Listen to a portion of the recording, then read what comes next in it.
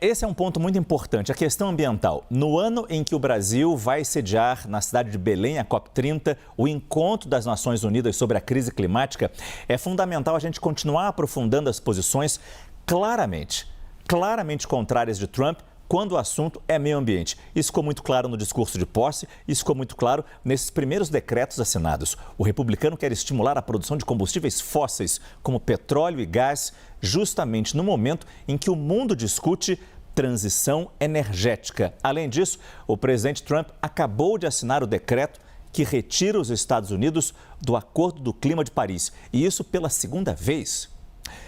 Vamos entender esses impactos com o nosso analista de clima e meio ambiente, professor Pedro Cortes. Professor, acho que a primeira pergunta é levantar a bola para o senhor cortar, para trazer a sua visão sobre essa fala de Trump e essas primeiras decisões assinadas. Boa noite. Boa noite, Márcio. Boa noite a todos. Veja que o argumento que ele usou é bastante interessante na medida em que ele fala, olha, a China é um grande poluidor e essa poluição, essas emissões, elas não ficam restritas à China. Não há um muro em volta da China e isso acaba se dispersando pela atmosfera e atinge todos nós. É exatamente por conta desse tipo de situação que existe o Acordo de Paris, para que todos os países, de livre e espontânea vontade, eles indiquem quais serão as suas, qual será a sua redução de emissões, né? Não é nada obrigatório. Ele falou assim, nós estamos sendo extorquidos, né? Não há nada mandatório, né?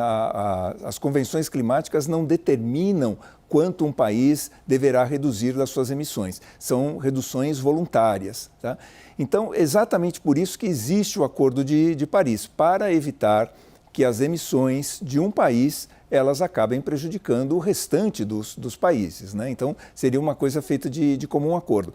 Agora, ao retirar os Estados Unidos pela segunda vez do Acordo de Paris, ele cria agora um desafio ainda maior para a COP30, né? Porque os Estados Unidos não participarão da COP30, fica claro isso, e é um desafio maior para o Itamaraty, para a chancelaria brasileira, conseguir, não que haja a participação de um número significativo de países, porque isso vai acontecer, mas conseguir que haja uma participação significativa de chefes de estados, né, para, vamos dizer assim, anular essa ausência do Trump da Convenção do Clima. Há uma dúvida sobre se a China vai se fazer representar, se Xi Jinping viria ao Brasil. Eu até acredito que isso poderá acontecer até como um contraponto à ausência do Trump, mas isso dependerá de um esforço ainda maior do governo brasileiro e do Itamaraty. Muito se fala que algumas ações decretadas por Trump perdem um pouco a sua força,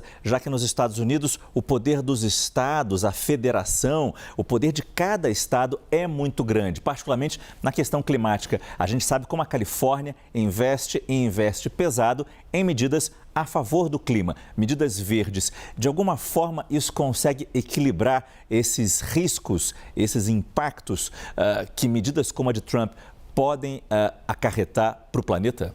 Isso neutraliza um pouco apenas essa ação do Trump, porque a Califórnia, por exemplo, ela tem leis muito rígidas e isso é seguido por um número pequeno de estados, né? A grande maioria dos estados não seguem essas normas californianas. Então, realmente, ele abre um precedente para que, ele mesmo disse, né, eliminar os apoios à indústria verde, né, usinas eólicas, usinas solares, e intensificar o uso do petróleo. Ou seja, para ele já deixou isso muito claro na campanha, não existe a questão da mudança climática, isso para ele é fake news. Então, a ideia dele é exatamente essa, né, perfurar cada vez mais petróleo.